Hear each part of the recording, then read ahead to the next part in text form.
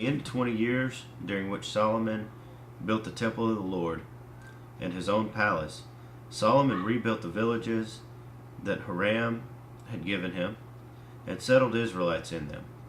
Solomon then went to Hamath Zobah and captured it. He also built up Tadmor in the desert and all the store cities he had built in Hamath. He rebuilt Upper Beth Horon and Lower Beth Horon as fortified cities with walls and with gates and bars, as well as Balath and all his store cities and all the cities of his chariots and for his horses. Whatever he desired to build in Jerusalem and in Lebanon and throughout all the territory he ruled. All the people left from the Hittites, Amorites, Perizzites, Hivites, and Jebusites. Those peoples were not Israelites. That is, their descendants remaining in the land, whom the Israelites had not destroyed. These Solomon conscripted for his slave labor force, as it is to this day. But Solomon did not make slaves of the Israelites for his work. They were his fighting men, commanders of his captains, and commanders of his chariots and charioteers. There were also King Solomon's chief officials, 250 officials supervising the men. Solomon brought Pharaoh's daughter up from the city of David to the place he had built for her.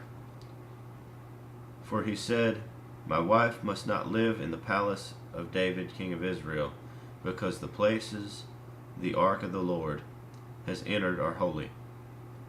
On the altar of the Lord that he had built, in front of the portico, Solomon sacrificed burnt offerings to the Lord, according to the daily requirements for offerings commanded by Moses for Sabbaths, new moons, and the 3 annual feasts, the Feast of Unleavened Bread, the Feast of Weeks, and the Feast of Tabernacles. In keeping with the ordinance of his father David, he appointed the divisions of the priests for their duties, and the Levites to lead the praise, and to assist the priest according to each day's requirement. He also appointed the gatekeepers by divisions for the various gates, because that was what David, the man of God, had ordered.